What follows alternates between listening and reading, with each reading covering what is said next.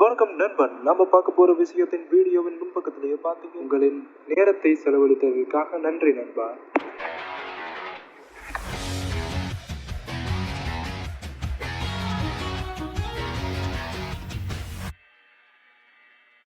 இல்ல தமிழக வெற்றி கழகத்தின் தலைவர் விஜய் சொல்றதுக்கு சும்மா புல் அரிக்குது.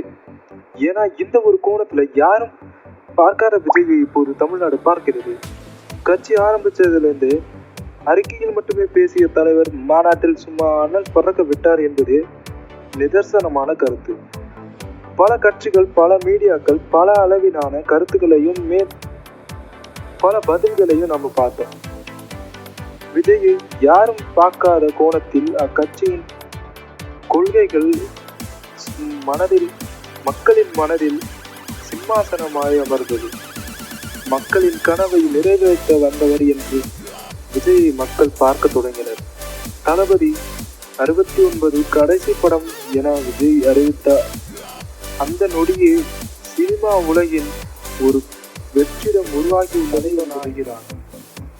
கட்சி ஆரம்பித்த அளித்த நொடியே மக்களின் சிம்மாசனத்தில் உட்கார தொடங்கிய விஜய் இன்னும் மக்களின் பேராதரவோடு வரும் 2026 தேர்தலை சந்திக்க உள்ளார்.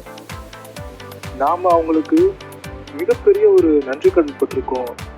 நம்ம இப்படி ஒரு விஷயத்த அவங்களுக்கு பண்ண போறதை நினைச்சு எனக்கு ரொம்ப சந்தோஷமா இருக்கு அப்படின்னு அனைத்து செயற்குழுக்களிலும் பேசிய விஜய் இப்பொழுது அப்பொழுது 2014 இலங்கையில் நடந்த ஒரு பிரச்சனைக்காக தன் நற்பணி மன்றத்தை இயக்கமாக மாற்றினார்.